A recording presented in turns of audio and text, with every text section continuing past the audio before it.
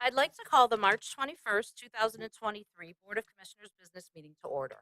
As always, we will begin with the Pledge of Allegiance. This evening, we have the privilege of Reza Wheeler, who is a captain with our VMSC Emergency Medical Services, who will lead us in the Pledge of Allegiance. To the flag of the United States of America and to the republic for which it stands, one nation, under God, indivisible, with liberty and justice for all. Thank you. Deanna, will you do the roll call? Denise Hall, President. Here. Catherine Carter, Vice President. Here. Liz McNaney, Commissioner. Here. Martha Similaro, Commissioner. Here. Ruth Damsker, Commissioner. Here. Sandra Zadell, Township Manager. Here. Lauren Gallagher, Township Solicitor. Here. Isaac Kessler, Township Engineer. Here. David Duffy, Chief of Police. Nathan Crittenden, Finance Director. And it is noted that Assistant Township Manager Megan Weaver and Zoning Officer Van Rieker are absent. Thank you, Deanna. Lauren, were there any executive sessions? The board did meet an executive session earlier this evening to discuss matters of potential litigation. Thank you, Lauren. Next up, we have our Women's History presentations. This evening, we have two presentations in honor of Women's History Month. The first is a celebration of our female and those who identify as female first responders. They encompass 4 teams of service within our township: the Upper Gwynedd Fire Department, the North Penn Fire Department, the Upper Gwynedd Police Department, and the VMSC Emergency Medical Service. These brave women go above and beyond every day to, quite simply, save our lives. They do so for no to minimal compensation, and often behind the scenes so that none of us realize the magnitude of their service. I know that typically we think of men as our first responders, but Upper Gwynedd Township has 79 women who are serving us every day. Ladies, we are so grateful for you and your service to our community. We can't thank you enough. When your chief or deputy chief calls your name, please receive our small token of thank you from our township manager, Sandra Zadell, and then proceed to the dais to shake all of our hands and then join the line with your fellow teammates. Chief Duffy, Chief Geiger, Deputy Chief Baxter, and Deputy Chief Duza, please read the names of our first responders in that order at the podium, both those in attendance and those who couldn't make it.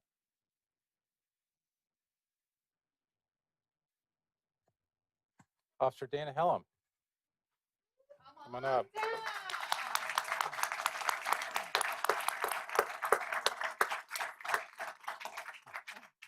And Officer Elisa Bonanno.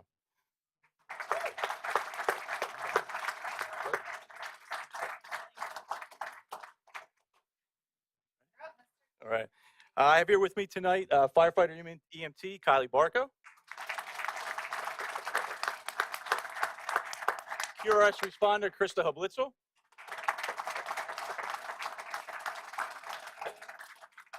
junior firefighter Audrey Kearney, and unable to be in attendance tonight, I was QRS Lieutenant Michelle Infosino, firefighter Sarah Mendoza, firefighter EMT Ashley Mellinger, Lieutenant Amanda Hode, QRS member Brianna Thompson, QRS member Sierra Nagel, QRS member Kaylin Nagel, EMT Tori Bone, EMT Madison Epperts, EMT junior firefighter Caitlin Morse, and firefighter Janine Lukens.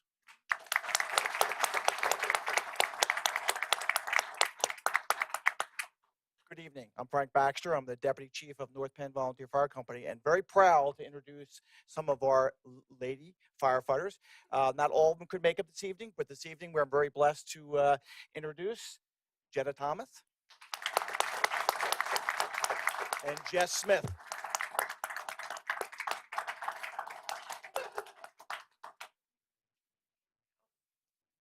Good evening. Deputy Chief Lori Duza from VMSC EMS. Tonight I have several of our female EMTs and paramedics with us. First is Captain Reza Wheeler.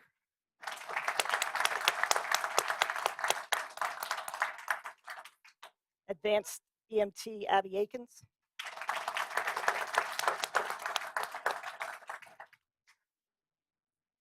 Dispatcher Connie Glorioso.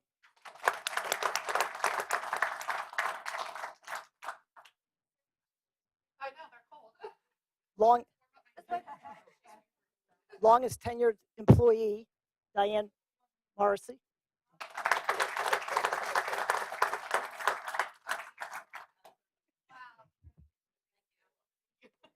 EMT Patty Kostrubiak.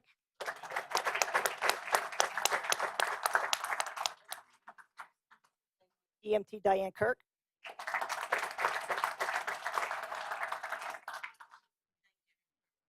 EMT Amanda Gorecki.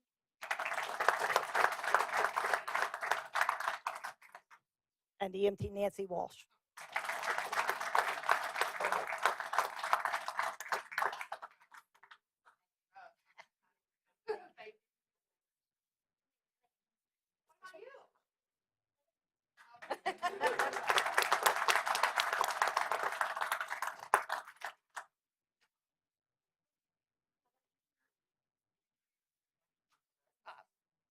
Got a good picture of the ladies all together?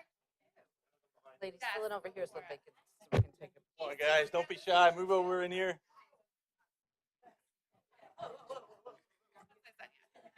Hey, chiefs and deputy chiefs, you need to be in the picture too. Sorry. I can see your excitement already, Frank. All right, well, you can't go in the back. Oh, that's so mean, Frank. Yeah, Chief Duffy can go in the back.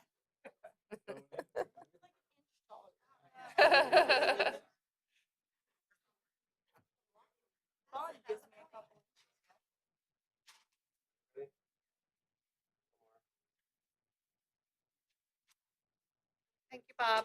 Thanks, ladies. Please join me in celebrating our Upper Gwynedd Township female first responders.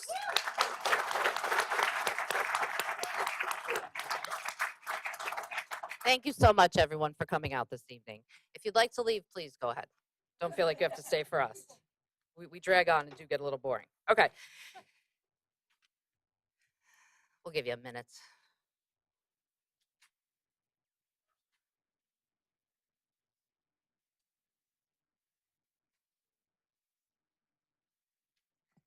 Our second presentation in honor of Women's History Month is by Beth Sturman, the Executive Director of Laurel House.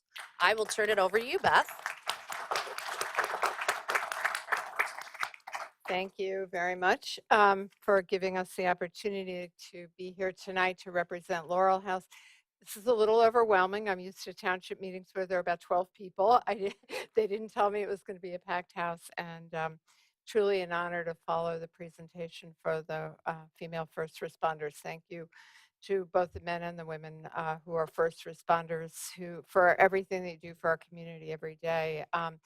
Many of you are already familiar with Laurel House because you have responded on our behalf, and for that we appreciate your service. And if you haven't met us yet, hopefully you'll meet us in places like this and not when you're out responding to an emergency. But we really appreciate, we've had tremendous support from this community for all the years that we've been in operation, and certainly for the time since our Safe Haven Center has been located in Upper Gwynedd Township. So thank you. Laurel House is a comprehensive domestic violence agency. We were founded, it's kind of interesting. I looked up Women's History Month history, and Women's History Month started in 1981. Laurel House was founded by a group of women that we call our founding mothers in 1980. So they were right there at the cusp of making history. The women who founded Laurel House started a phone line that was really about a variety of different issues, and they were surprised to find that they kept getting calls from women who were in marriages that were dangerous and abusive, and that there was nowhere for these women and their kids to go. So our founders naively thought that any community would be happy to have them set up a safe place for these folks to go. And they were surprised to find that that wasn't the case. So it took them a while to find a building that they could use for a shelter and then some other services. But they did find a location and started a program in 1980, and initially located in a combined twin house in Norristown. Over the years, our services expanded. In addition to shelter and hotline, we developed a number of other programs, including our domestic violence, domestic abuse response team, which started in the North Penn area in response to a homicide of a a young mother and her little one, and some of the officers in the room or officers on your force helped to start the domestic abuse response team because they were so moved by what had taken place and wanted to make sure that we did everything that we could do as a community to help prevent subsequent tragedies like that. So the 6 police departments in the North Penn area were the 6 that originally started the response team program, which now serves every police department in the county, which is a lot of police departments. We have 50 police departments and the state police. So we work with all of the different departments, but we're very grateful to this community and the North Penn community as a whole for helping us get that started. So those folks who volunteer or work in the domestic abuse response program can go out at any hour of the day or night in response to a call from law enforcement once the responding officers have decided that and have deemed the site safe for a civilian to enter. We can also go out to hospitals in response to a domestic, and sometimes just that initial connection with one of the advocates helps to make the scene safer. It helps to help the victim and any children. And I want to say it is Women's History Month, but we recognize that men can be victims of domestic abuse as well. So we respond out regardless of if it's a male or female who is identifying as the victim. That program has, according to the district attorney's office, helped tremendously with safety, but also with compliance with protection from abuse orders and other legal parts of the process. We have a civil legal representation program with an attorney and a paralegal who can also help walk people through the legal system with custody and child support, as well as protection from abuse orders. We have one of the programs that I really love, and this community again has been incredibly supportive to this program, is our community ed program, where we can go into middle schools and high schools and colleges and help students learn about healthy relationships, how to help a friend if they're concerned about the friend in a relationship, and also how to talk to their friends about, hey, like maybe that's just not a cool way to act. Have you ever thought about, acting another way? And really, it's been a great resource. The kids get really involved. North Penn High School has been, the students there have been very, very involved with that. And then some of the middle schools and colleges as well. The one other program that's expanded tremendously, it started in the early 80s, but it's expanded tremendously, is our counseling program. Our counseling is free, it's confidential, and it's for anyone who is currently in a situation they're concerned about or has a history that is still troubling them. And we also have the counseling service for family members or family members and friends if they're concerned about a loved one and they don't know how to talk to the person about the concerns that they have about their safety. They can come and see one of our counselors and talk through some different strategies for maybe how to support the person that they're concerned about. So it's very comprehensive. Our Safe Haven Center opened June 6th in Upper Gwynedd Township. We're incredibly grateful, unlike what our founding mothers faced when they first were looking for a place to provide services for families impacted by domestic violence. Upper Gwynedd has been very welcoming to us. It took us 10 years to find an appropriate location with a welcoming community, and I can't thank you enough for all the folks that have come through the program, whether it's in the shelter portion of the program or the counseling or other community-based services of the program. Your community has made it has helped us save lives. I'm going to start crying because it really has been a tremendous success, and our staff and the folks that we serve and our board members are all very appreciative of all the support that we've gotten from you. So thank you.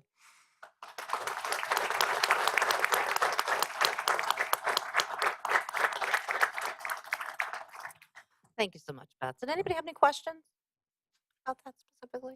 Okay. All right, great. Moving on, the meeting of presentations. The next one is for our fire department building study presentation. And I'm going to turn the meeting over to the Pennsylvania Governor's Center for Local Government Services, who will share their recent fire department building study presentation. Tonight we have Yvonne Lamel, who is the Emergency Service Program Manager, and Bob Hedden, who is the fire consultant. Good evening, everyone. I just wanted to piggyback on Mrs. Sturman's comments and just tell you, first responders, how much we appreciate you as well. She eloquently stated that a little bit better than I did, but I just wanted to say thank you for your service. Again, my name is Yvonne Lamel, and I am the Emergency Services Program Manager for the Department of Community and Economic Development. And I just want to take this opportunity to thank you for allowing us to make this presentation to Upper Gwynedd Fire, uh, the Upper Gwynedd Fire Report to your township.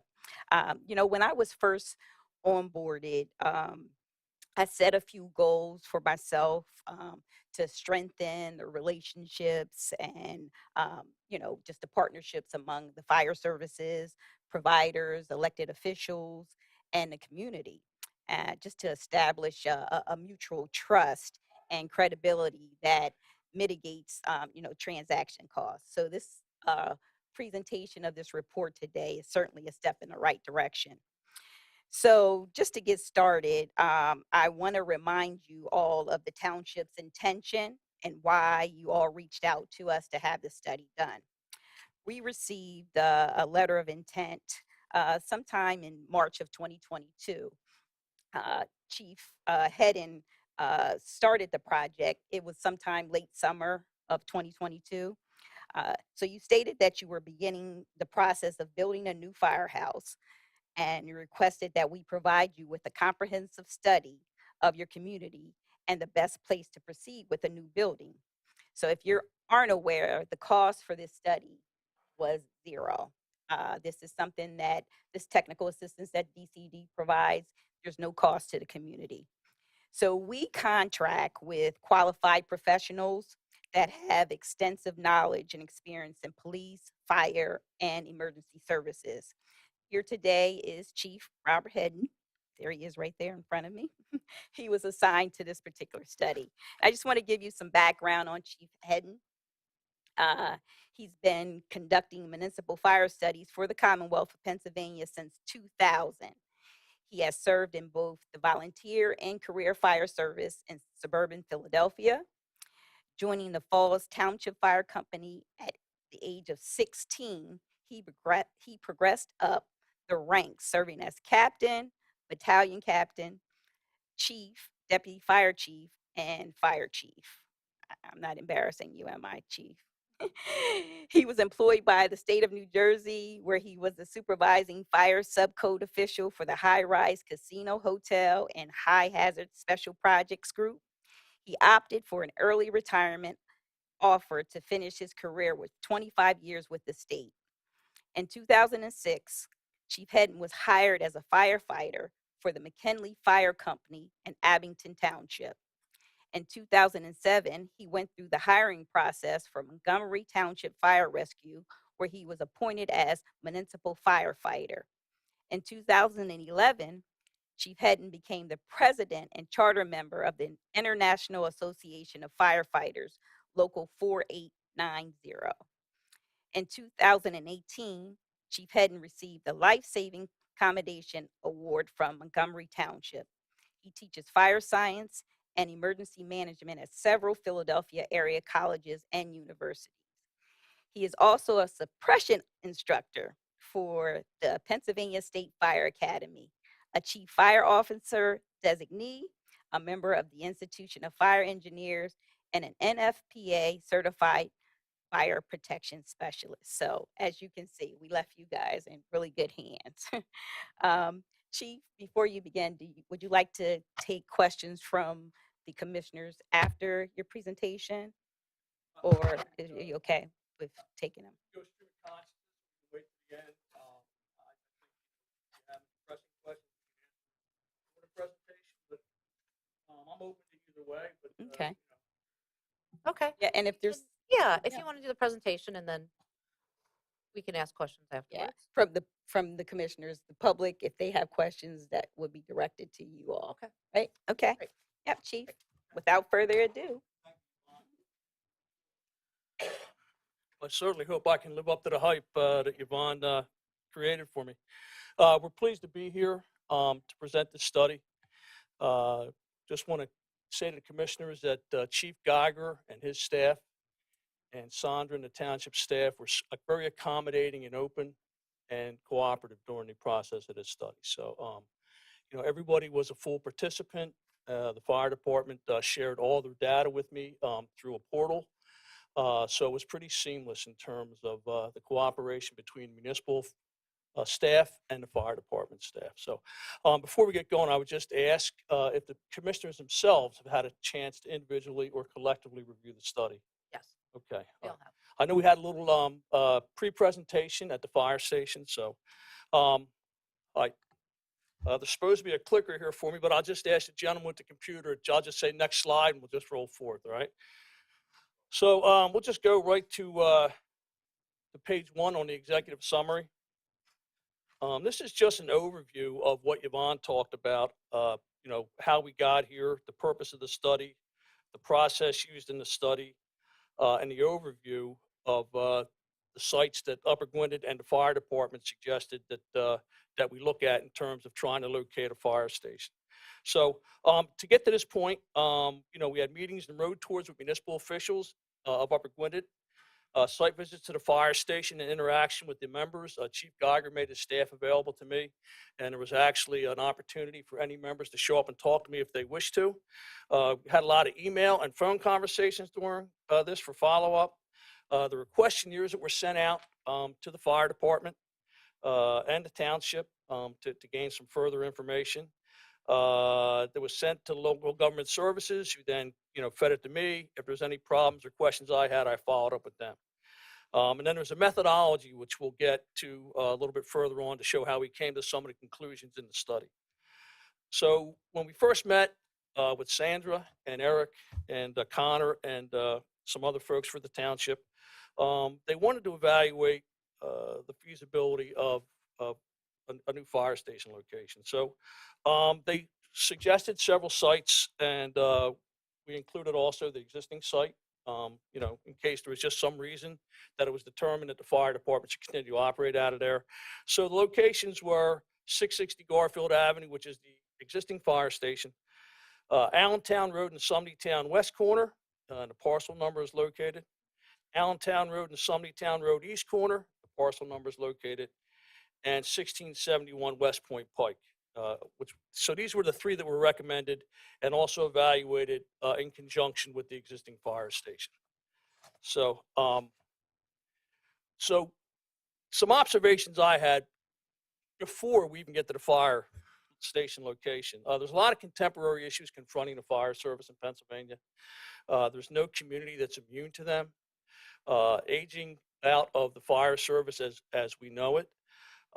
Recruiting problems, having young people that are interested in being firefighters, the 2-job family, which was not a phenomenon till the mid 80s, early 90s, where you have, both members of the family working, and maybe the one that would be interested in being a firefighter doesn't feel they have the time now because the spouse is working or they have to watch the kids. So there's a whole bit of demographic changes that have occurred within the Commonwealth that are leading us to have some problems in terms that we never had to address back in the 70s and 80s up to the end of what we would call the heyday at that point of the volunteer fire service in Pennsylvania.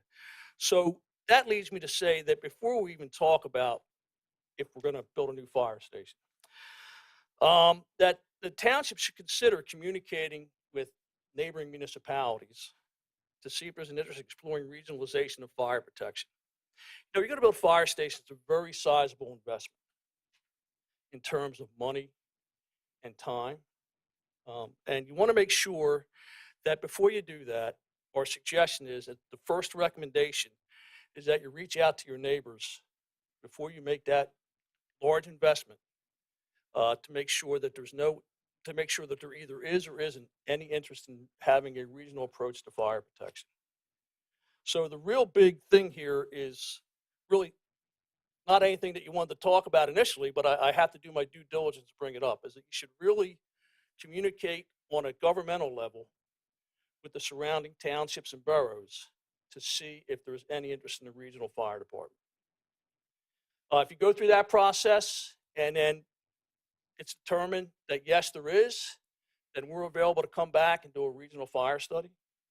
or if there isn't, then we have a recommendation where the ideal fire station location would be in Upper Gwynedd based upon the sites that we were asked to evaluate. So I just want to make sure that I'm imparting that, to the Board of Commissioners, that's really what should be done first before there's any talk about investing in a fire station, financing a fire station, or constructing a fire station. That's our first major recommendation. And I just wanted to lead off with that. And I know I said I'd wait to the end, but that's pretty weighty. So I'll just take any concerns about that or questions about that right now. We can move on from here. But I want to make sure I've made the point of that clear to the board. Does anybody have any questions so far on the board? Does anybody in the audience have any questions so far? No, okay, All right, you can ma'am. keep going. Okay, so the first recommendation was that. Second recommendation is we're going to disregard the West Point Pike location that was suggested because it lies in the FEMA floodplain. That was found to be really a bad location, although its proximity was marginal. It was in the FEMA floodplain map pretty substantially. So we looked at the other locations and we evaluated them, and you'll see the methodology and the way we did that in the balance of the report. But we suggested the best location out of the sites would be the west corner of Allentown Road and Sumney Town Pike. It's an 11.8 acre lot. It's parcel number 560000112003. It's zoned R1. This would require a zoning map amendment by the Board of Commissioners or a use variance by the zoning hearing. The location is optimum. It's nearly centrally located for response efficiency and geographical coverage. The size of the parcel would allow for design, planning, and construction of a contemporary fire station for the future needs and demands of the community of Upper Gwynedd in the event that there is no regional fire service. So there are the three recommendations on page 2 that are the heart of the report.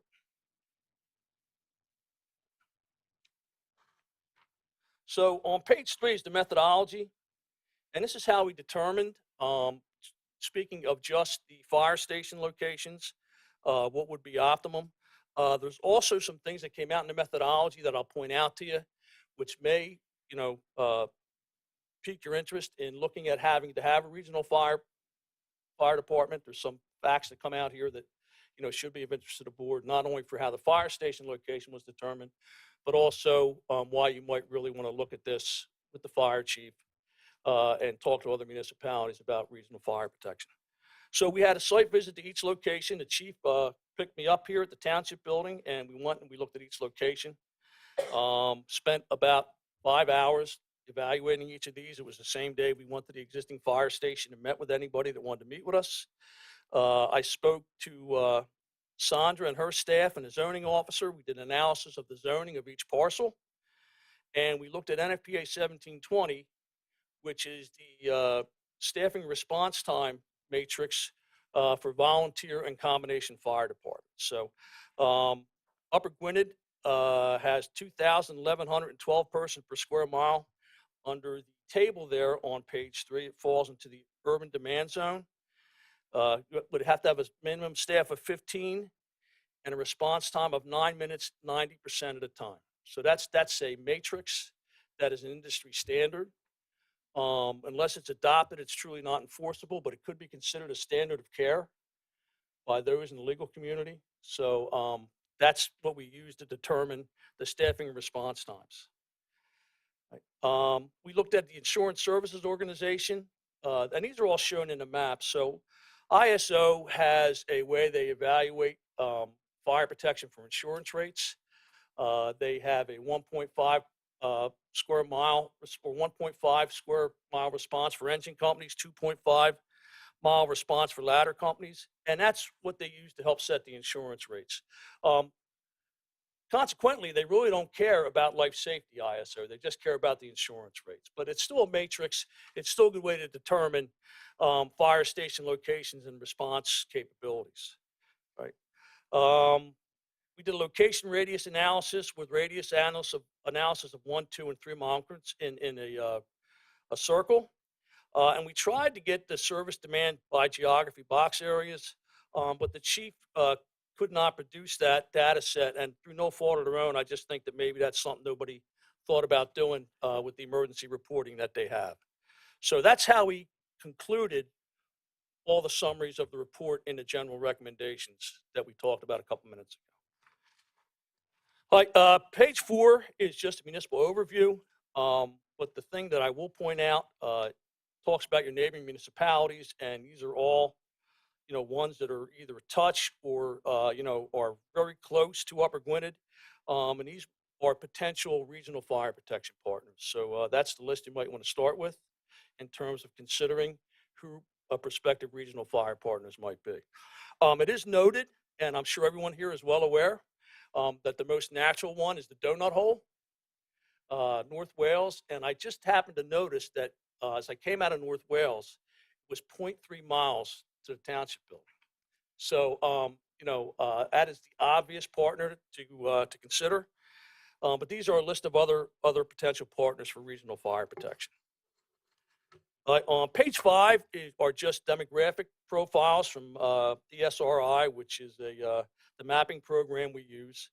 And there's some good information in here, demographic summaries, community profiles.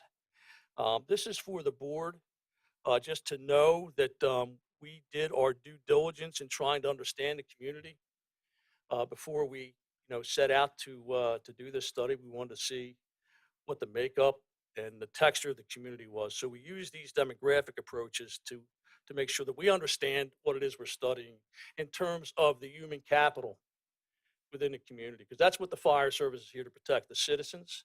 So we wanted to make sure that we understood that, and we want you to understand that we understood that, and that's why we include the demographics in here. So any questions so far by the board? Okay. Just an Upper Gwynedd street map from PennDOT, just to give a geographical perspective. The township staff graciously provided a zoning map, which was helpful in terms of understanding the parcels. On page 9 is an analysis of the existing fire station. Chief Geiger filled out a request for information, and this is just a snapshot of the existing fire station. We can see that it was initially built in 1942, renovated in 1963, 72, and 97. There's a bunch of questions that we asked of the chief and his staff. It's all filled out there with the square foot provided for all the appropriate areas that we asked about. We came up with 11,669 square feet. That includes the hall, correct, Chief? Yep. Annual operating cost of $335,000 a year. Cost per square foot to operate this current building is $28.70 a square foot for annual operating cost. So we understood that the existing station was well maintained, but it does not have all the contemporary amenities that would be needed in a modern fire station. But they do a really good job of making it work with what they have. So as we said, Station 80 appears well maintained. The current fire station has sleeping facilities to utilize duty crew during overnight hours. And that's healthy because the uses of duty crew concepts allows for improved turnout times by the volunteers, which lowers response times. If the initial response crews are at the station, they're getting out the door quicker and they're getting to the service areas quicker also. The location of the current fire station reveals that it was in the long-established village of West Point, where the population center was a natural place for the firehouse to be in the early 20th century. But at that point, there was no consideration of response times where that location was. The other thing we have to look at is the response to any fire call in the volunteer service has a response in a response. The volunteers respond from home for the most part, and then they get on a truck, and the truck responds from the fire station to the scene. So unless there's a duty crew in the station, we have the response in the response, which I give Chief Geiger credit for the duty crew concept and the sleeping crew, because again, that eliminates the response in the response from home. So any questions about that from the board? Yes, ma'am. Does that include the 9 minutes that you referred to earlier? Is that from home to the station? That's total time from dispatch. So yes, so it's total time from Montgomery County Dispatch till they get on location. the 9 minutes. Um, Starting on page 11 is the run data, and I won't bore you with all the details, but the chief graciously provided us access to his emergency reporting, and we took a snapshot of time from 2017 to 2021. Later on, we included some 2022 data, but we can see the amount of runs they had from 2017 to 2021. And down the bottom, there's percentage, and the busiest year for fire runs was 2021 with 586, and also the busiest year for EMS runs, 239. But the percentage is that 73% of the calls from 2017 to 2021 were fire calls, and 27% of the calls were EMS calls. So that's just a snapshot of what the call volume was for each type of service, fire and EMS. Moving on to page 12, it just analyzes the runs by month. And we can see that if we look down at the bottom, the busiest month from 2017 to 2021 was March with 217 runs and 10% of the calls over that time frame of that 5 years. Moving on to runs by day on page 13. Busiest day was Wednesday, 386 runs, and that came out to 17%. So these are actual data sets that are useful to show what the service demands are and when the greatest demand for service is. So these are something when you sit down and you talk to the chief, you want to make sure that you talk to him about, are they meeting these demands, and what do they need maybe to meet that a little better in terms of what this report shows with the data. So page 14 is a critical data set.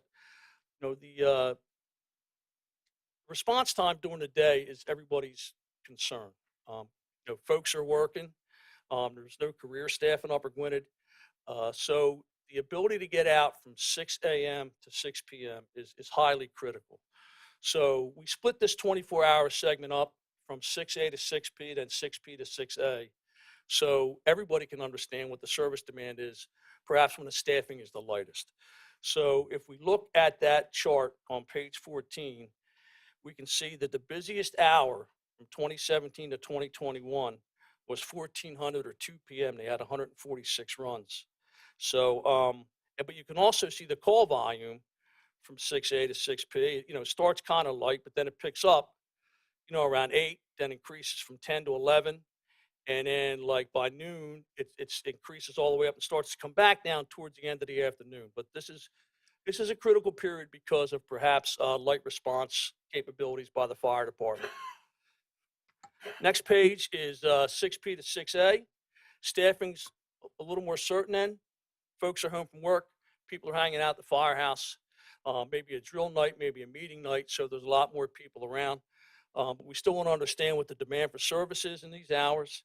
And we can see that from 2017 to 2021, the busiest hour was right at 6 o'clock, 148 runs, and that was 18% of the calls over that 5-year period.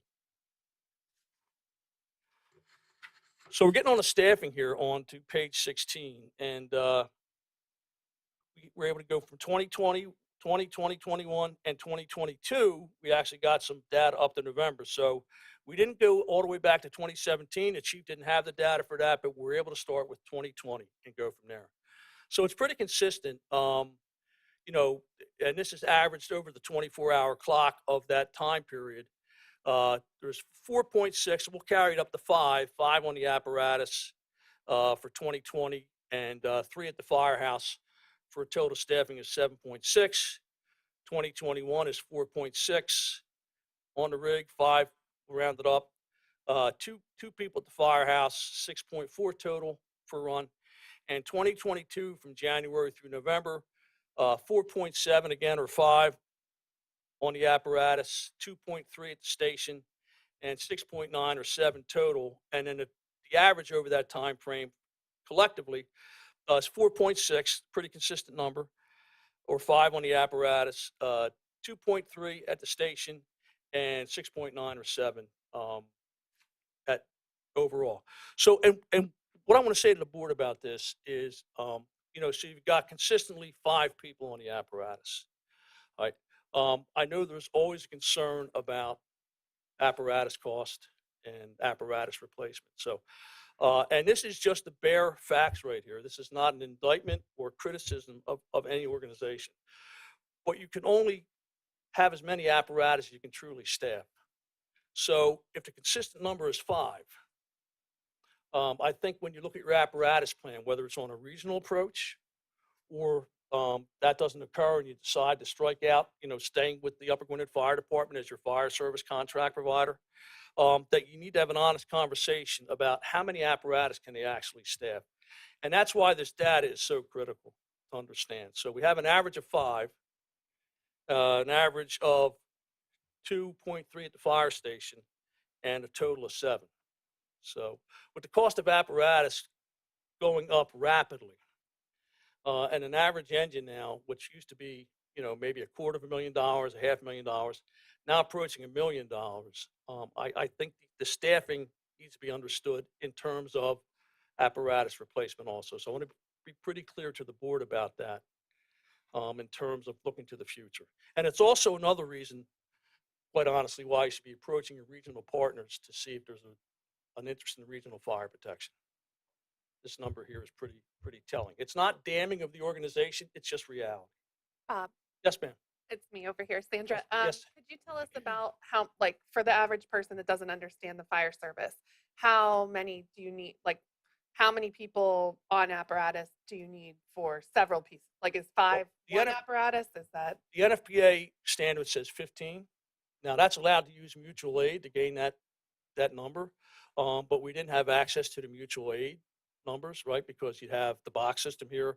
But I would say, I won't speak for Chief Geiger, but I just think generally in the suburban Philadelphia area, you're waiting for 4 until scratch limit, which means the county, we call it response check in Montgomery County, scratch time in Bucks County. Chief, just tell me what your average response is waiting for the response check. You're waiting for 4 to go, right? 3, okay, so 3. So Chief Geiger says they're waiting for 3, and at response check, you go with whatever's there, right? Okay.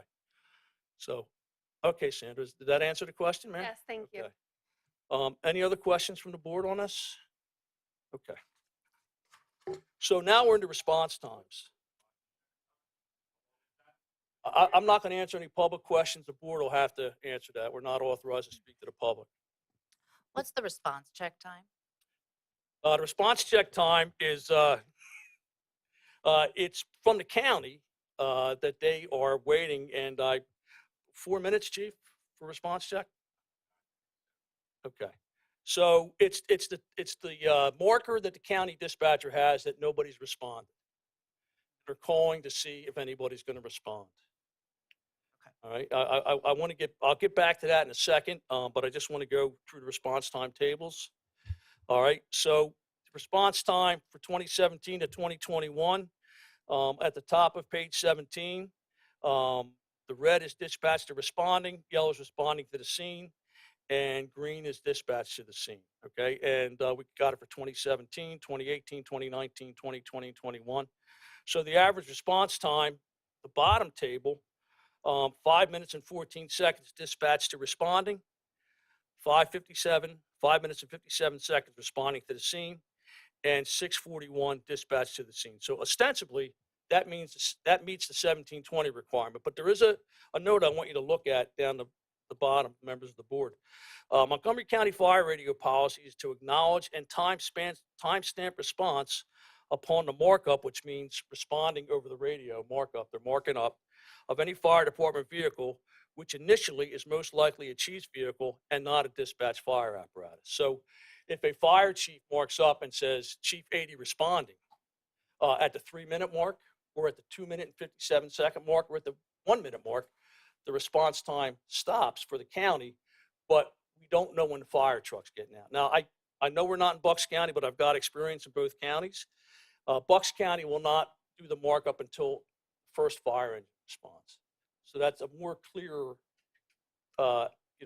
view of response times on the other side of County Line Road.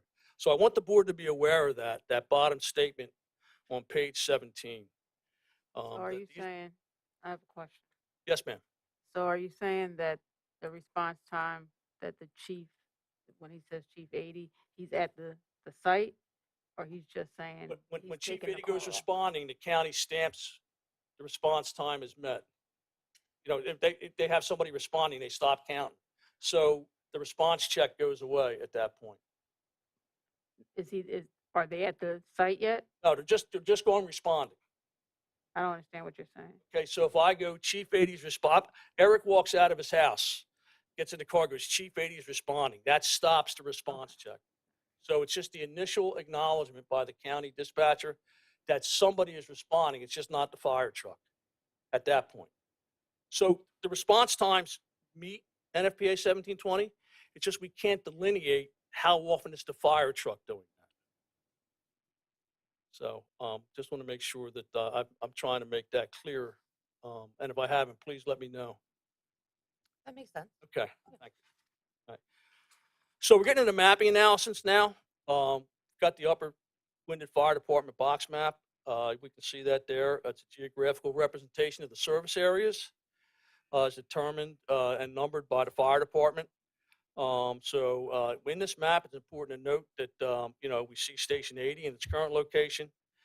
We also see Station 62, and we see Station 14. So, right within this map, you can see how close any potential regional fire protection partners are. So the county provided this map, and then I asked them to put the potential locations of the fire stations on here, and Dennis Arrangers graciously did that. So again, you see the same map we saw last time, but what it has is by number the potential sites that we looked at and a summary of each. So site number 1, overview of Allentown and Town Pike, west corner.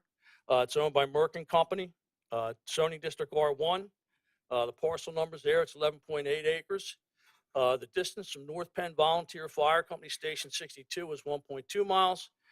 And Fairmount Fire Company Station 14, the distance is 1.8 miles. So the second one is the east corner of Allentown and Town. Zoning district R1, parcel numbers there. This is a much smaller parcel of 3.81 acres. Distance from North Penn Volunteer Fire Company Station 2, 1.2 miles.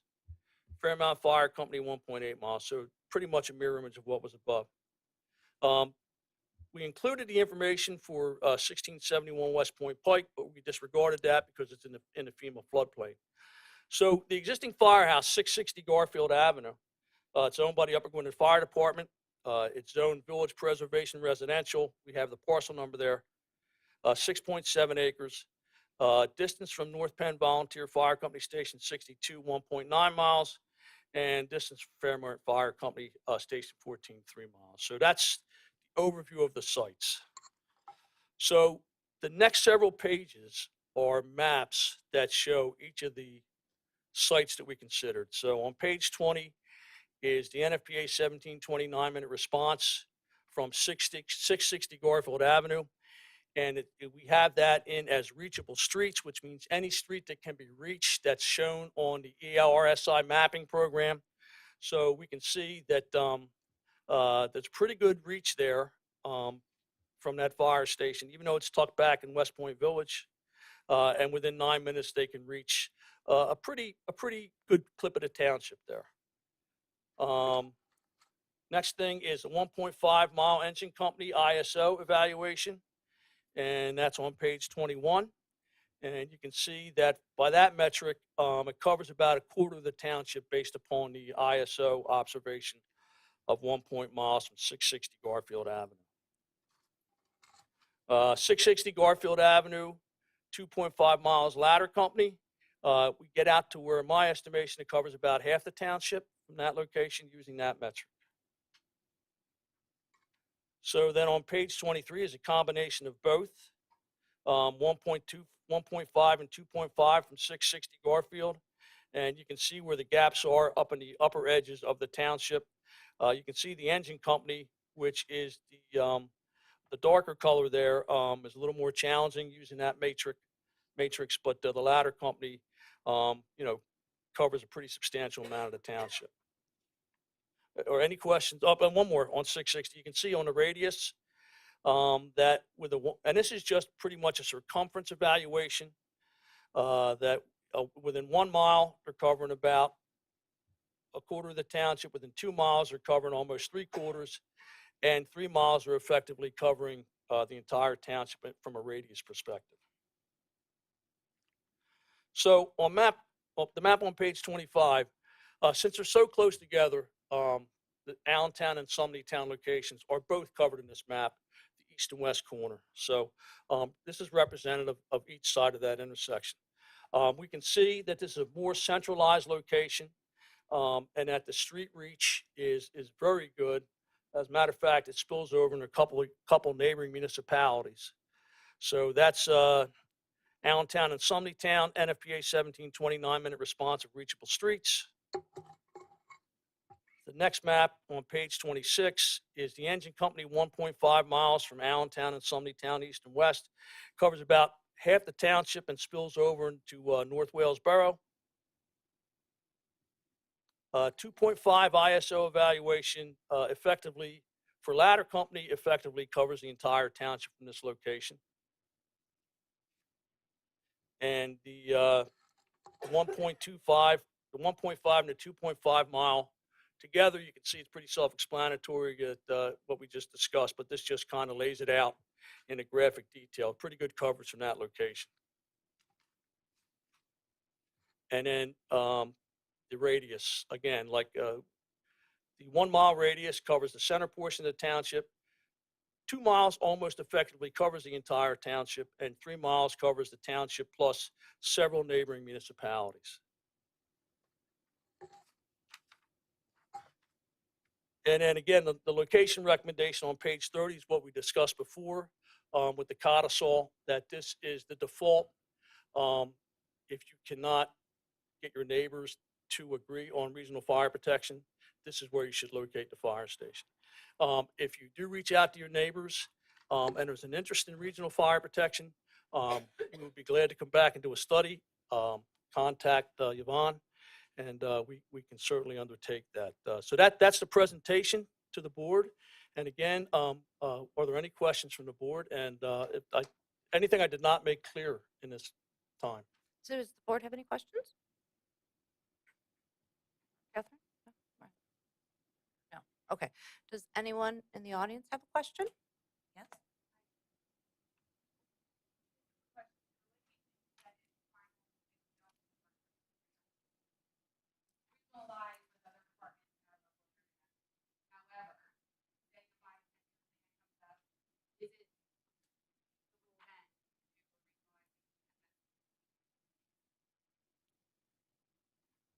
Can anyone with the mic repeat the question? Because the people at home. Right. So I think I got the question right.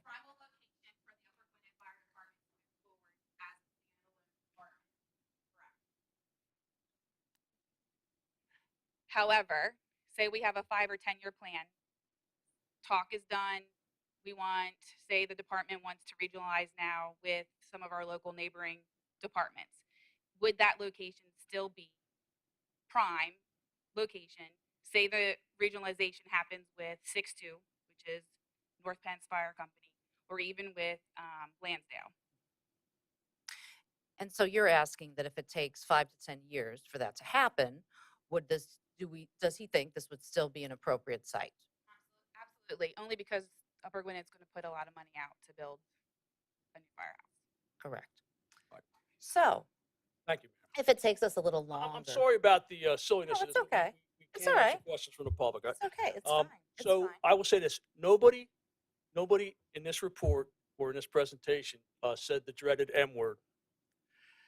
Did not once mention the word merger. We talked about regional fire protection, so we're not presupposing anything.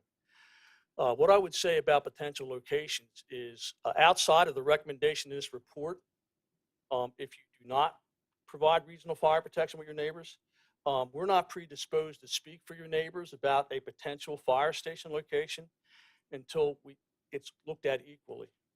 So we're not going to project anything other than what this report states. Right.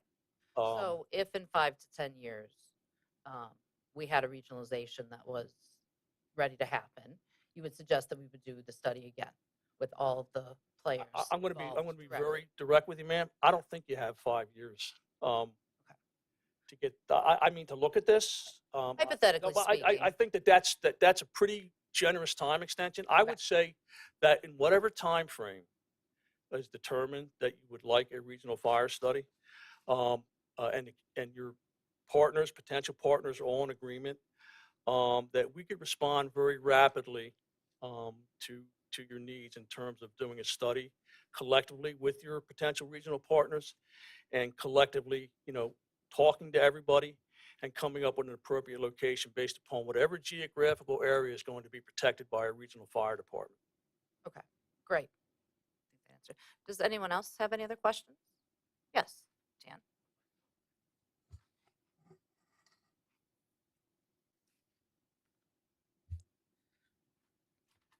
Questions can also be taken to the microphone in the center, and you just have to pick it up. If... Yeah, you got it now. I got it now. Yep. I don't have a question, but I have a comment. Okay. I first of all want to thank the Dan, board. we know who you are, but can you say 848 thank you? Gerard Avenue, Dan Wallace, my name. I've addressed the board before and individual members of the board about moving this forward, and I want to thank you first of all for engaging the state to move it to this point. I agree 100% with the location. I don't want to talk about the merger issue, but I think regionalization is the way to go for the future. Things that came up today, 1942, the building, it's outlived its usefulness, and I think we have to act rather quickly on this, and I support this board in their action in moving it forward. Thank you, Dan. Does anyone else have any questions about this specific presentation we just saw before they leave? Yes. Ma'am, I'd just like to state once again, nobody from the state has mentioned the word merger or suggested merger. We just want to go on the record unequivocally that is not what we're saying. That's clear. That's clear. Thank you. How you doing? Dan Matthews, 645 South Summit Pike. How many first responders live in the township? Thank you. Do you know how many first responders live in the township? I think I'd defer that to the chief. Chief Geiger, you can feel free to speak into that mic in the center. Sorry. I'm just going to force everyone to speak in the mic so that the people watching this amazing meeting can hear what we say. And I'm sure that Chief Geiger can speak on behalf of the Upper Gwynedd Fire Department, but our first responders are 4 different areas. Is that what you meant for the fire department? Okay, sorry. Majority of our first responders live in there. The exact number I don't have off the top of my head at this point. The majority live in Upper Gwynedd? They live in our response area, yes. In our response area. That doesn't necessarily mean Upper Gwynedd. Got it. Are there any other questions before we can move on to the next thing? Okay, thank you both so much for coming tonight. We really appreciate your patience and your being so meticulous with this, and I think we all learned a lot. So thank you very much. Thank you to the board for listening to the presentation.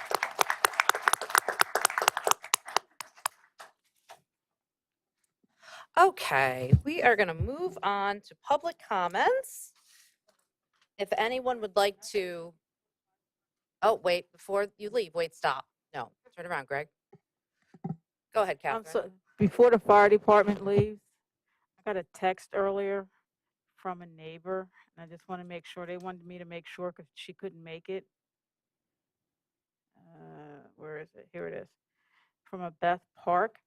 She wanted me to apologize if she couldn't come tonight, but she wanted to let the fire department know that Amanda Hood and others did a fabulous job of CPR training.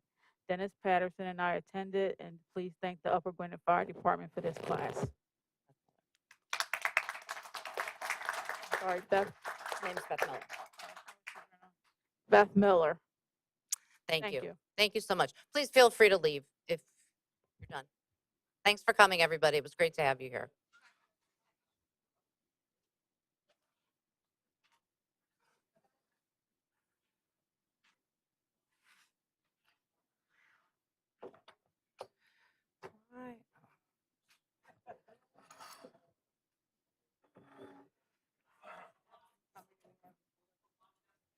Two.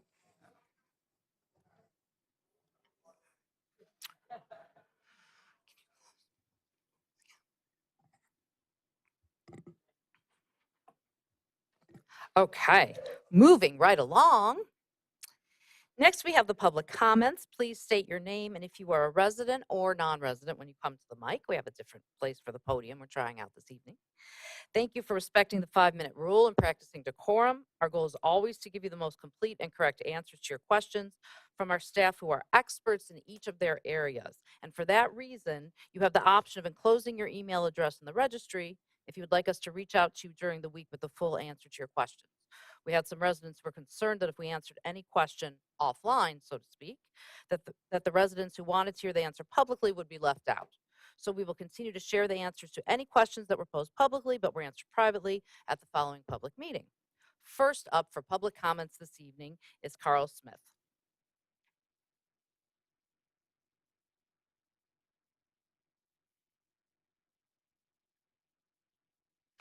Good evening. Yes, my name's Carl Smith. I am a resident. And I would like to make some comments, I guess, about the characteristics of the makeup of the board. I think they're timely in light of what we just heard tonight.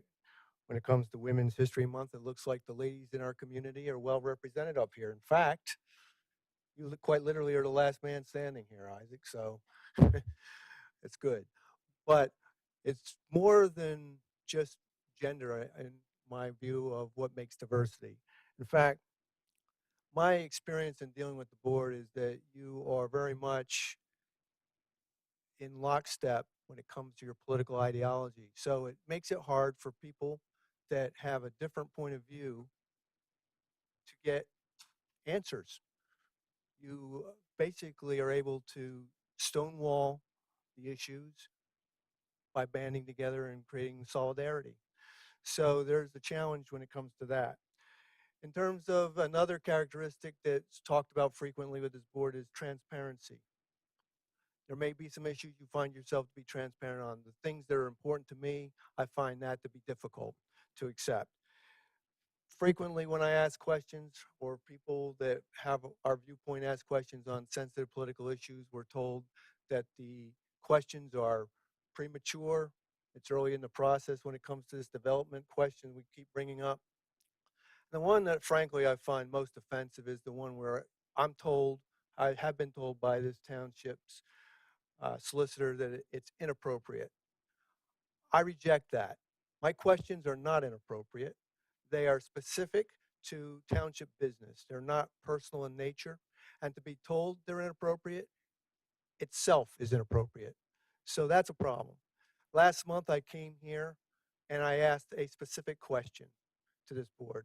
I talked about the fact that Joseph Clement, an attorney, was writing a letter to his client, the Walters Group. In that letter, he stated that he had, and he was submitting this to the county for funding. In the letter, he told his client that he had support from the Township Planning Review Committee and the Board of Commissioners. I asked the question, is that the truth? Because up until then, we had been told there was no support. In fact, some of you told us you had no knowledge of it. I got two reactions, two responses. First from Denise, who told me, Carl, we had no part in coming up with the term, the cornerstone at Pembroke Parkway. Well, thank you, Denise. I didn't ask that question. I asked a very different question. I did not get an answer. And then I got a reaction from Lauren, the solicitor, who told me, go to the attorney himself and ask him why he has that assumption. My answer tonight is the same as it was last month. I'm not asking that attorney. I'm asking this board, who's been elected by the citizens of the community and whom you're accountable to, for the answer to that question. I think we're entitled to an answer to the question. Finally, there seems to be a lack of balance when it comes to accountability. For example, it's really regimented in here that we stick to the 5-minute rule. I know Fred Hendrickson's challenged that over the years. When you folks were not in the positions you are in, specifically Denise and Liz, back in 2017, I pulled the minutes on some meetings that you attended, and there's 7 pages of dialogue between the two of you and the then board. It took a lot longer than 5 minutes. So Now we're being told at some point we can expect to be diminished, our time to be diminished to 3 minutes. The obvious question is why? Is this just a concern that you're getting a groundswell of resistance from the community? Or is it just an attempt to mute dissent? Either way you go, as far as I'm concerned, it's well past time to get some diversity, real transparency, and real balance on this board. But I'd like an answer to the question that I posed last month and this month, if you are so inclined. Did this board support the efforts of getting funding for the Walters Group and the development of that property? It seems you did, but you don't want to tell us you did. That's it. That's the question. That's all you have. The answer is no. And I don't know anyone who's discussed changing it to 3 minutes. I hadn't, that's On the board, nothing. when we first walk in, the protocol plainly states that if there's going to be people, if there's going to be more than 20 people, Oh. it's going to be diminished to 3 minutes. And Oh, I'm okay. curious why that suddenly Yes. became a policy. No, when we made the policy, that was part of the policy. If we did have a surplus of people who wanted to make public comments, that hasn't happened yet. And often we go beyond the 5 minutes if we're having a discussion or someone is making multiple comments. But in general, we are going to stick with the 5-minute rule. Did you have anything else today? Well, yeah, I do actually. Okay. The Township Planning Review Committee is plainly stated as supporting this effort, and you're telling me that the board didn't. There are members on this board that are part of the Planning Review Committee. So clearly this gentleman, Joseph Clement, the attorney, had an indication from someone, some individual in a position of authority in this circle here, that he had support. So it's hard for me to accept the answer, Denise, I guess is what I'm saying. Okay. Do you have anything else tonight? I don't. I Okay. want to respond. I had no idea about this letter. I watched last month's meeting as it was happening. And I had to ask Sandra, what's the lawyer's name? What is it? Clement? Joseph Clement, Yeah. he's with have- Whistler Pearlstein. I mean, I can tell you, I'll swear on my kids' lives, I've never supported this. We've never agreed to this. We've never told any attorney. I mean, at least I haven't. I don't think anybody else here on the board has either.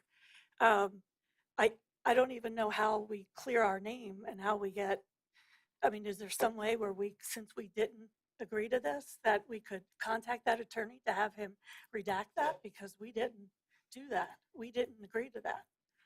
We said nothing that Carl's saying that's in that letter. Can we do something like that? Yeah, I mean, if the board is inclined, then we can certainly draft a letter to Mr. Clement clarifying that the board has neither supported or not supported the project. There's been no indication one way or the other. Carl, would that be sufficient? Because That'd be a don't know lot what better else than to being do. told in a flip way, just go talk to the attorney, like I was told last All month. right, then we'll have, Mr. Smith, you're mischaracterizing what I said last month. No, I'm not. Yes, you are. You asked Fine, why fair enough. it was in That's that my letter, and I opinion, said you'd and have that's to your ask. opinion. You asked why it was in the letter, and we said you'd have to ask him. We did not prepare the letter. We did not see the letter. We didn't know the letter existed until you brought it up at last. You seem to do a lot of talking for this board. This board is accountable to the citizens. well, that's why I'm answering. I So know. will that be sufficient if we get that letter It'd and be a share it help. with you? That'd be a start. Except I don't want to use taxpayer money on the attorney in order to write that letter. Anyone can state their opinion about anything. Anyone can. If you don't have any proof to back it Manifest up, letter.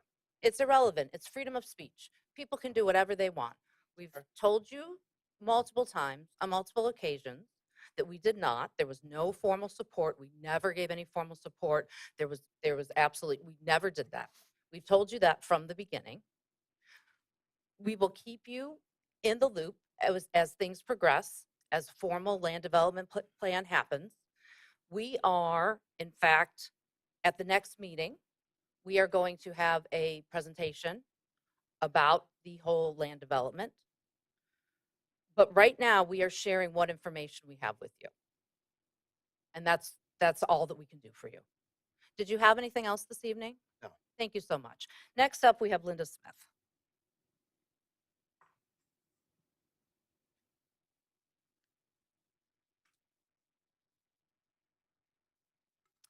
Hi, Linda Smith, 815 McIntosh Way. My first question was the status of the Pembroke Parkway, and I assume from your answer that there's nothing to report about it, but I'd like to stay updated on anything to do with that. Right, yes. We do have an update. The developer is coming to the next meeting, to the work session meeting in April, and is going to do a presentation for the whole community about what has transpired, what has moved forward so far. This She's is the gonna do a Walters full Group that's coming? Yes, Okay, yes, so they're still involved with this project? yes. They didn't pull out yet? No, no. She has some news she will share, and she will share a whole presentation. At our work session meetings, we have Van, our planner, and our zoning code officer has a that's when he gives his report about what's happening in the township. Okay. So she is also coming to give a presentation as to all the development with that, because there has been so many questions. It has been so controversial. We definitely want her to lay everything out and tell everyone all of their intentions. Okay, but this is definitely high-density subsidized housing. She is coming next week, and we will discuss it then. Next month. I mean, next month. I want to make it soon. I just Okay. also want to point out that I did report on this at the work session meeting Right. as well. We did report on this at the work session last week. That was last week. Okay. Last Monday. All right. Well, I just want you to know that Upper Gwynedd does not want subsidized housing as in your 2030 comprehensive study. We want our township to be the excellent to good place to live that we have now. So bringing in subsidized housing is going to affect our home value, affect our quality of life, affect the crime, and we have no interest in that. Right. So I will definitely be at that meeting in April. Okay. Great. What about I wanted to know the status of the Martin property. Is he still developing it? Are you still trying to acquire the Martin property? We have had no update on that. No update. Okay. The other update I'd like is on 1836 South Broad Street, the Blue House. Van had had said a couple of months ago that he had spoke to the resident there, and he had asked them to clean up the property. I see no progress on that. I'm also concerned about safety. Again, I talked to somebody on South Broad Street that does not want his daughter walking by that house to get to her friend's house. So are the police department, do they have any concerns with what's going on that street with that house? Have you heard any complaints about the house?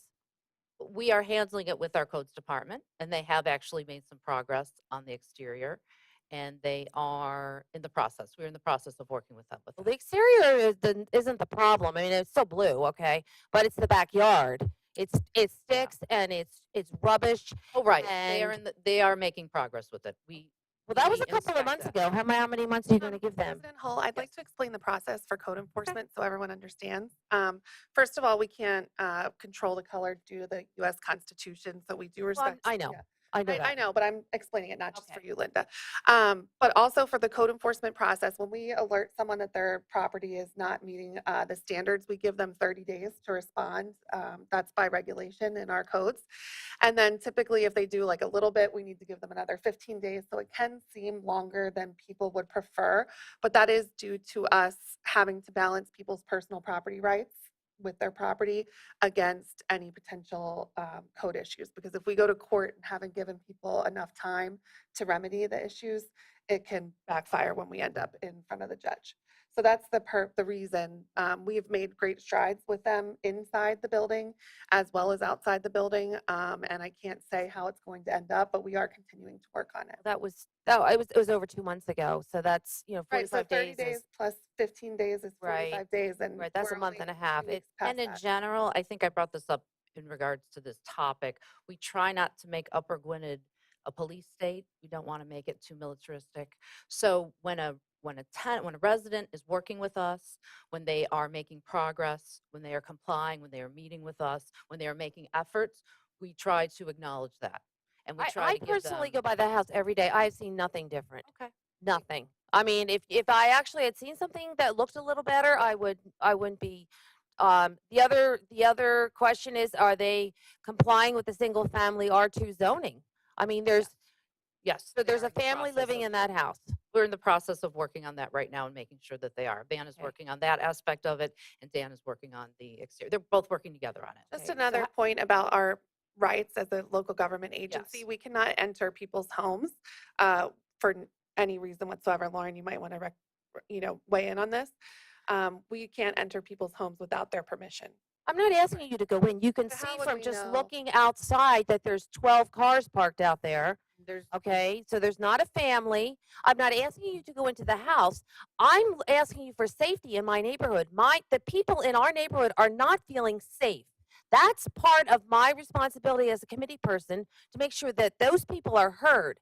The people behind these people are looking out at a mess. There has been nothing done outside. I don't know what's going on inside, but I know that there is something going on that does not comply with the R2 families, single family zoning, just from looking at it.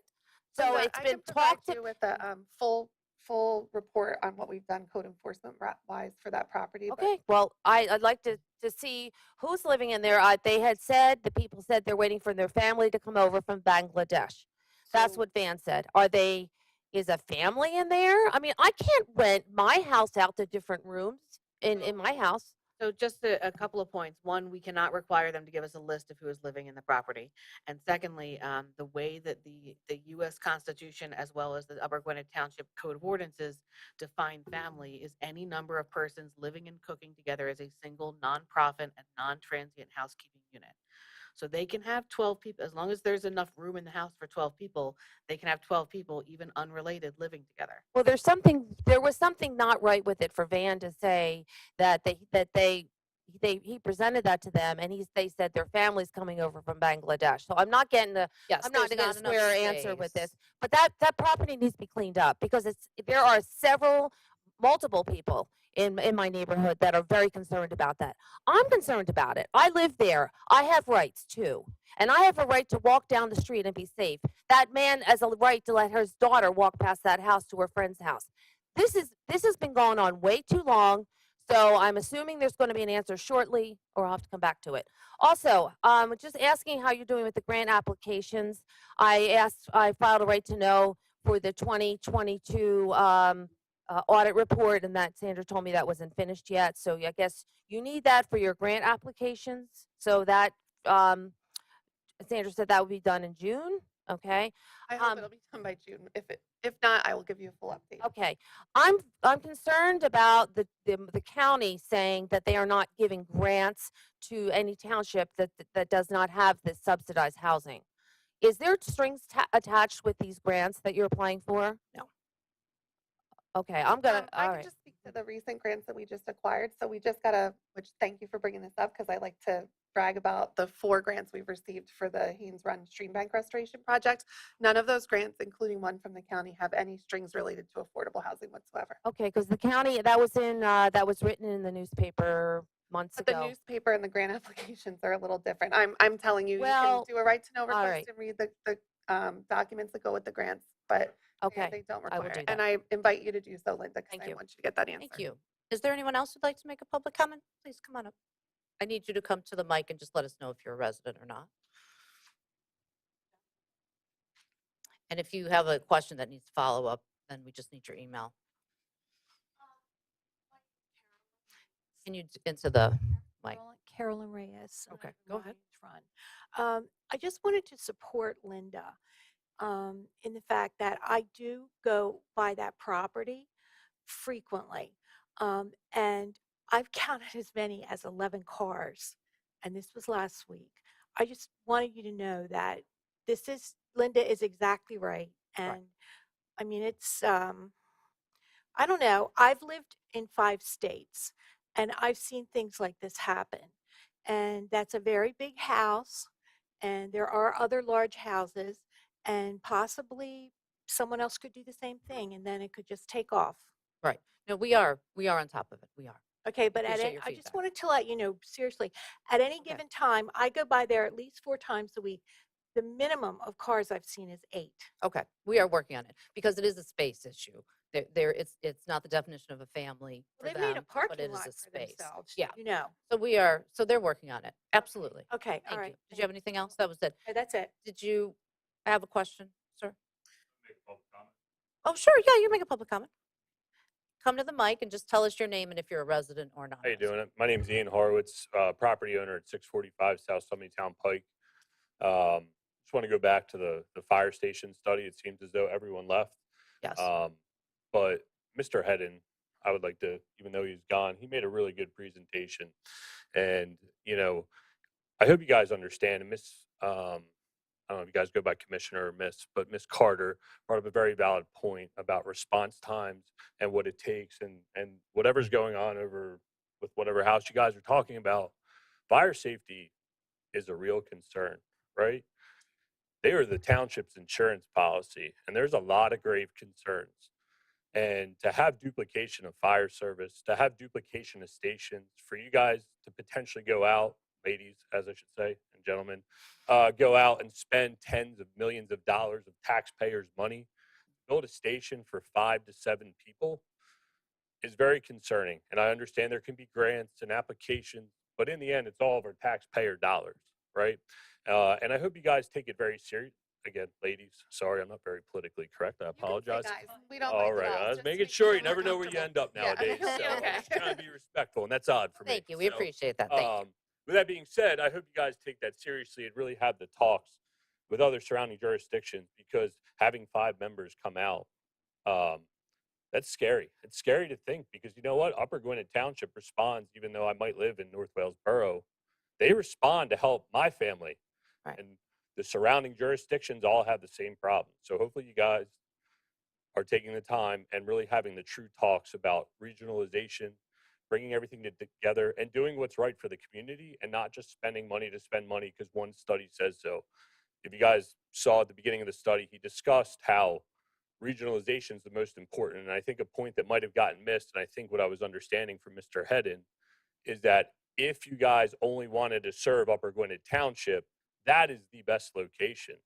But if fire does not care who's coming to save you, it does not matter. Fire doubles every 30 seconds. You guys can go YouTube all the Christmas videos. It's a very, very scary thing. I hope you guys take it to heart. Mr. Hedden did a very good job. It seems like you guys are in good hands. And I think there's plenty of resources locally, and I hope you guys take action on that. Thank you. Thank you. Does anybody else? Okay. Let's end the public comments and let's move on to the consent agenda items. Do we have a motion to approve consent items A through K? Sorry, let me take that back. Do we have a motion to approve consent items A through F? We have a motion and a second. Do we have any board comments? Do we have any public comments? Deanna, will you do the roll call? President Hall, Aye. Vice President Carter, Aye. Commissioner McNaney, Aye. Commissioner Similaro, Aye. Commissioner Damsker. Aye. Motion passes unanimously. Commissioner Carter, you are up next, but you don't have anything under public safety, except for the first half of the meeting in which we were honoring a lot of public safety employees and volunteers. Would you like to add anything? No, that was the only thing. Okay, thank you, President Kathleen. Hall, I just want to add one little thing, if you guys don't mind. Oh, please, go ahead. I don't know if everyone in the room noticed, but both of the volunteer fire companies had a call while they were here, as well as our Yes. police department. So just a comment about how busy our volunteers are, as well as our police department. And we try to have one meeting to have everyone together, and we had 3 calls. So just Right. pointing it out. Right, reality. Okay, next up is Commissioner Damsker's section, but I'm actually going to turn over her agenda item to our attorney, Lauren Gallagher, as we're passing final development plans. But before I do that, Ruth, do you have anything else to say this evening? No, I thought so, but I thought that the presentation by the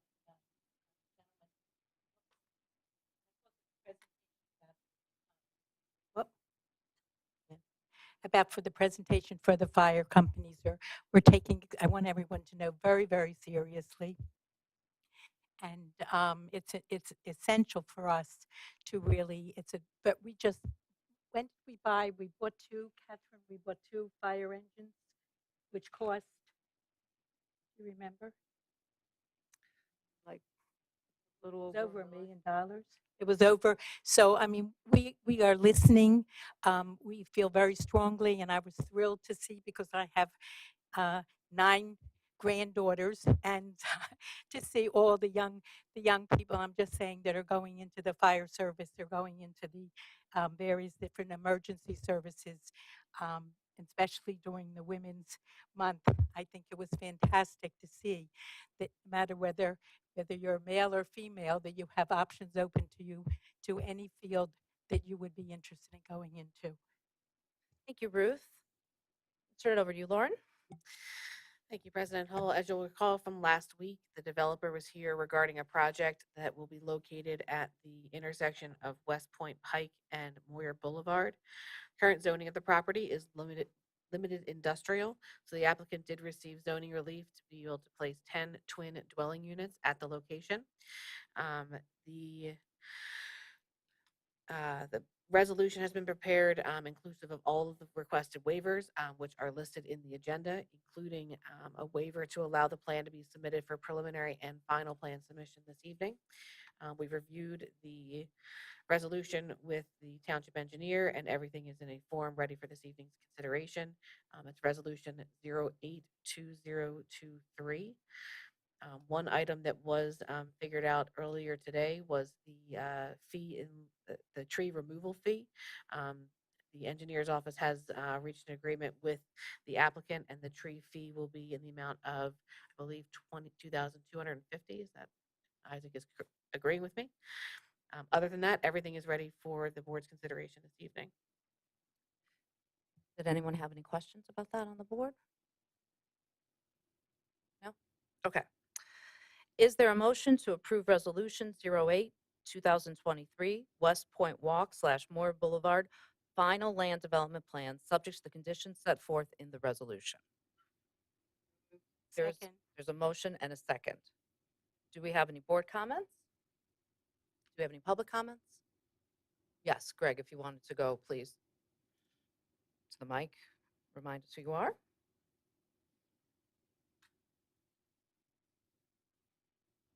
Greg Landis on behalf of Burke, 770 Sunnytown Pike. Just one request. We fully support the development of the property. They agreed to add a fence along the northern boundary, just that they would make sure a construction barrier is put up to make sure nothing exits to the storm basin to the north. Yes, in fact, we talked about that last week, I think. Yeah, it's when we did the required by the County presentation. Conservation. Perfect. Just want to get that on the record. Great, Greg, thank you. Is there anyone else? All in favor say aye. Aye. All opposed? Motion passes unanimously. Thank you, Lauren. Next up is Commissioner McNaney. First item that I have, item number 10, is a motion to approve the proposal from WBCM in the amount of $14,625 for secondary engineering review of the Sunnytown Pike Bridge Replacement Project. And this is the bridge that's right between Royal Farms and Boston Style Pizza. So it's the roadway bridge there. People tend to think of the big bridge that's welcoming you to Upper Gwynedd, but it's the smaller one. Did you want to add anything to that, Isaac? Sure. Yeah, like you said, it's the bridge on Sunnytown Pike that actually goes over the Wissahickon Creek. And there's issues with that bridge over time. This is the project to replace it. The motion here this evening for the secondary engineering review is a requirement by PennDOT for bridge structure reviews. And that's just the procedures they have, which is the reason for this additional review outside of the designer. Thank you, Isaac. So I'd like to make a motion to approve the proposal from WBCM LLC. We have a motion. Do we have a second? Second. We have a motion and a second. Do we have any board comments? Do we have any public comments? All in favor say aye. Aye. All opposed? Motion passes unanimously. The next is a motion to approve the 2023 Liquid Fuels Road Program bid to James D. Morrissey in the amount of $1,015,394.80 for the base bid and an alternate bid number 2, 3, and 5. So I'd like to make a motion to approve this liquid fuels road program bid. We have a motion. Do we have a second? Second. We have a motion and a second. Do we have any board comments? Do we have any public comments? All in favor say aye. Aye. All opposed? Motion passes unanimously. And item number 12, just a motion to approve the purchase of a 2023-24 Ford F600 one-ton dump truck with spreader for a total amount of $120,012, which has been in our, it is in our budget for this year for them to make this purchase. So I'd like to make a motion to approve.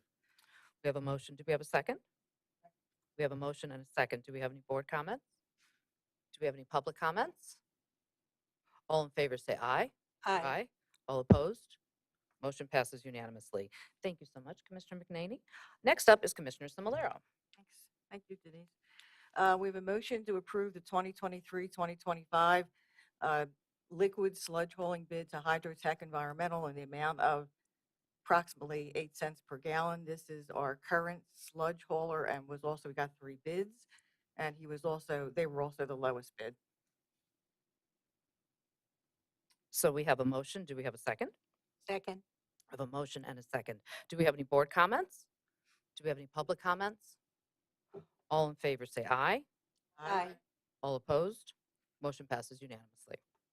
Number 14, we have a motion to approve the cured in place pipelining on the South Broad Street in the amount of $21,140. We have a motion. Do we have a second? Second. We have a motion and a second. Do we have any board comments? Do we have any public comments? All in favor say aye. Aye.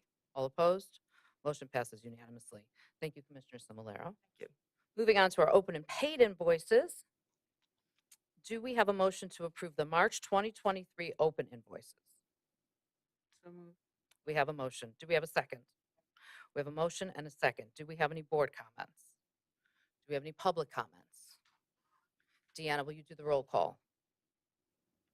President Hall, Aye. Vice President Carter, Aye. Commissioner McNaney, Aye. Commissioner Similaro, Aye. Commissioner Damsker. Aye. Motion passes unanimously.